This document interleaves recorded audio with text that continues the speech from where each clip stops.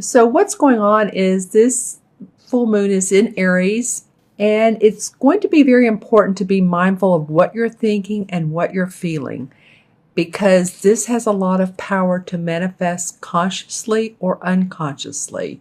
So whatever's going on in your inner world can reflect out because of this super full moon. So just making sure that, okay, well, I said 3 and 4 want to come up. So just making sure that you stay on the positive road, positive mindset, because emotions are going to be changing. One minute you're going to feel up, next minute you may feel a little bit down. And that's, that can be around full moons anyway. And just remember, it's only about a 24-hour period. But this moon has the power of transformation. So it could feel like that you're pushing through a discomfort zone, whether this is a relationship, a partnership, your career, your work, your service, what you do in the world. So it's like, the analogy I give is it's like pushing through something that's painful, but in the end that there's the fruits of your labor will show up. So this is going to be like, in other words, if you're getting back into an exercise program and you haven't done it in a while, and you're starting to feel after, a day, you're starting to feel the soreness. So you've pushed yourself that extra mile, or you've lifted some weights and your arms are sore. But you keep pushing, and eventually you start seeing that, your physique is better, that you have a better posture, wanting to start eating healthier, and mentally feeling more relaxed and calm.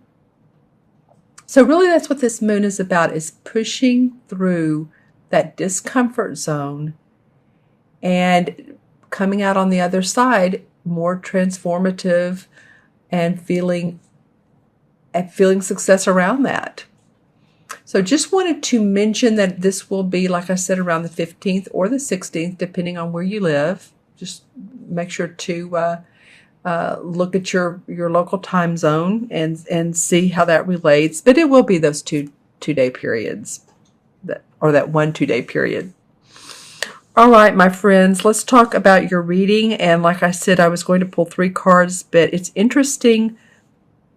For at least 4 different signs, 4 want to come out. So we'll talk about all 4 of them. Okay, Virgo, so the first card of this mid-month reading is the Queen of Pentacles. Well, this is an earth sign, so this very well could be you. This is a man or woman, earth, so Virgo, Capricorn, or Taurus. I'm pretty much feeling like this is you, and starting to feel like the Queen. The Queen she's happy with her money and the money she's making from the work that she's doing. She's very, very, very in tune with nature and earth, and grateful for the blessings that she's been given in life. So some of you too, and I'm hearing the words inheritance or money coming out of nowhere, or out of a random situation that you didn't know was coming, but you're feeling really good about it. Normally this denotes someone who's worked hard in their life and they're really enjoying the fruits of the labor, very generous as well, really, really enjoys nature. And you can see that the dove of peace is above her. So she's peaceful, she's happy. So that's an awesome way to start off this mid-month reading, Virgo. Your next card that came up is the Two of Wands.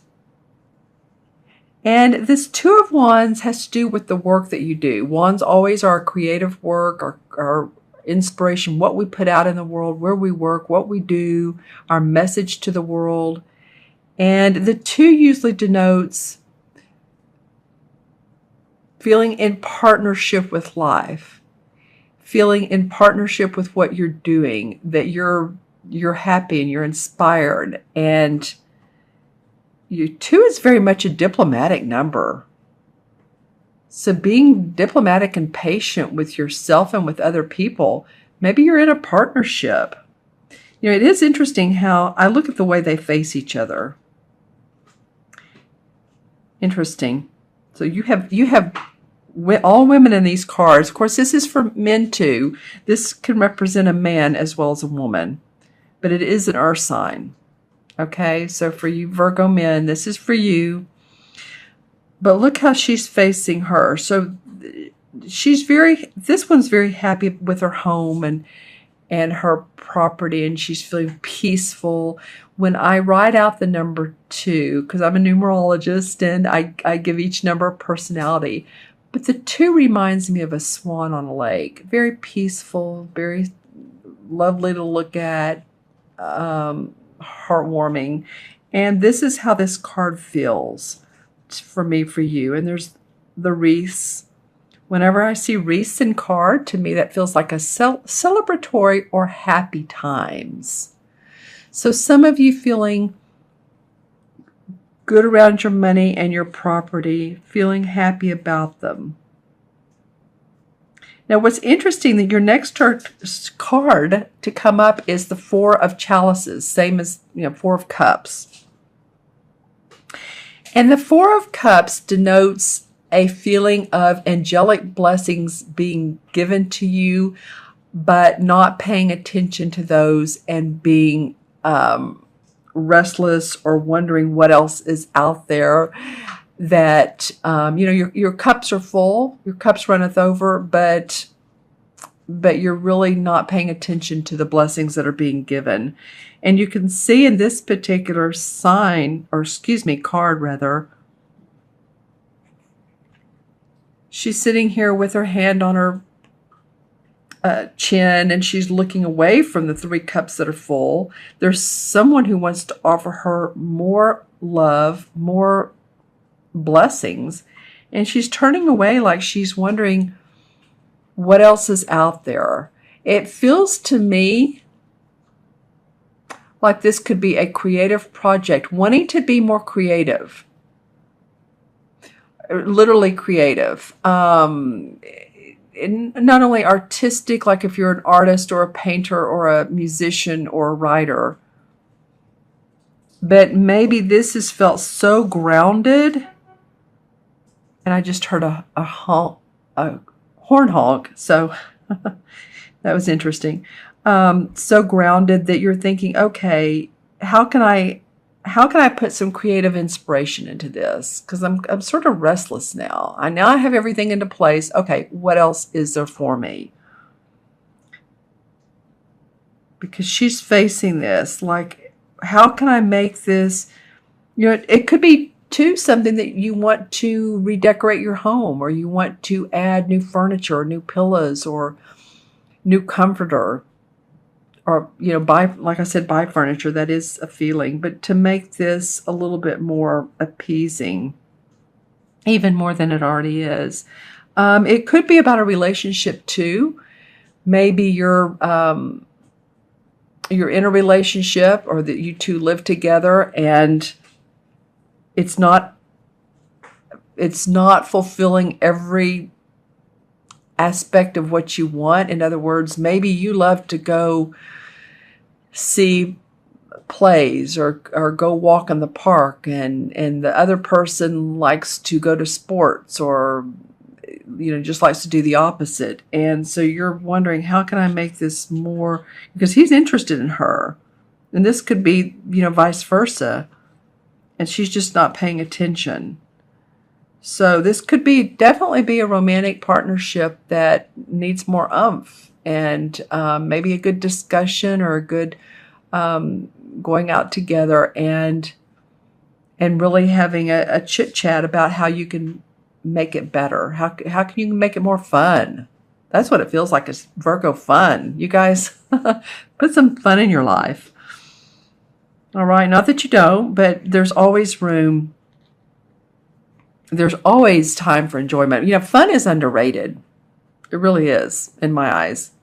Okay, so the last card to come up, and this is a beautiful card in every sense of the word. The artwork is beautiful, plus the meaning of it. This is the Star card.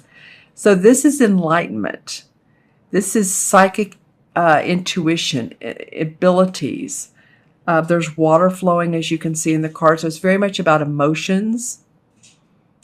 And it also denotes, you see the large star that's shining so brightly. So this is about connecting the spiritual and the physical together. And so some of you may be having intuitive dreams or sensing your intuition getting stronger. Some of you may be attending like seminars, spiritual seminars, or have a spiritual mentor or teacher that's really helping you delve into that part of life. And it feels really good.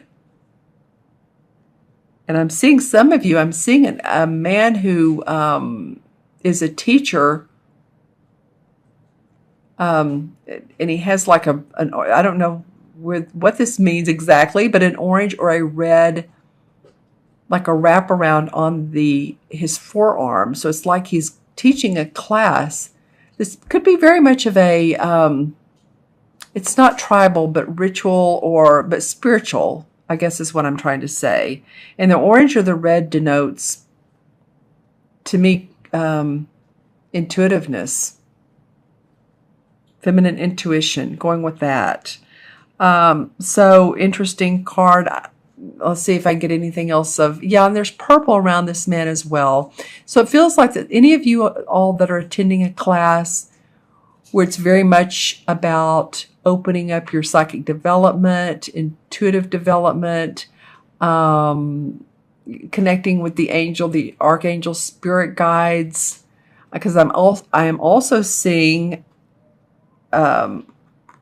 in my third eye, I'm seeing amethyst. This is an amethyst right here. This hasn't come out of any other reading, you guys. I'm on about the 8th one.